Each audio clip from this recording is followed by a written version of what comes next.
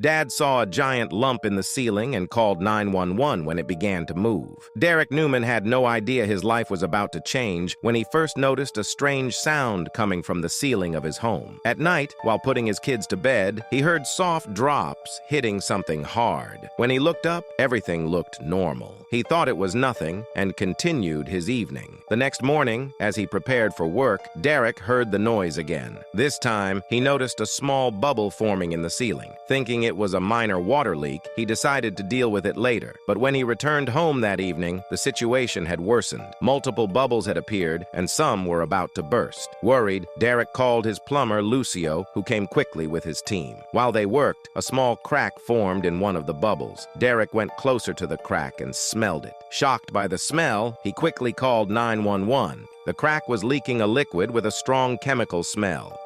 Lucio quickly shouted for everyone to leave the house. He knew it wasn't water. It was something far more dangerous. Confused and scared, Derek grabbed his family and rushed outside. They waited on the sidewalk while emergency services arrived. None of them knew their home was hiding such a deadly secret. Derek watched as men in protective suits entered his house to investigate.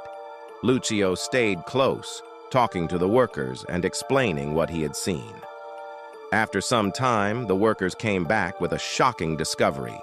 The liquid was hydrochloric acid. It was leaking from a hidden container in the ceiling. The family was lucky they left the house when they did. Just minutes after they got out, one of the larger bubbles burst, causing even more damage. Derek stood outside, staring at his house in disbelief. How could a dangerous chemical container end up in their ceiling? Over the next few days, the cause of the leak remained a mystery. The workers guessed the container had been there for years, hidden and unnoticed. The cleanup took weeks. By the end, much of their furniture, electronics, and personal belongings were ruined.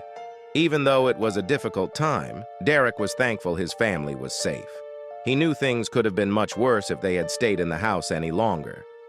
Until the house was safe to live in again, the family stayed with relatives. When they finally returned, they had to replace many damaged items, but Derek didn't mind. The safety of his wife and children was what mattered most.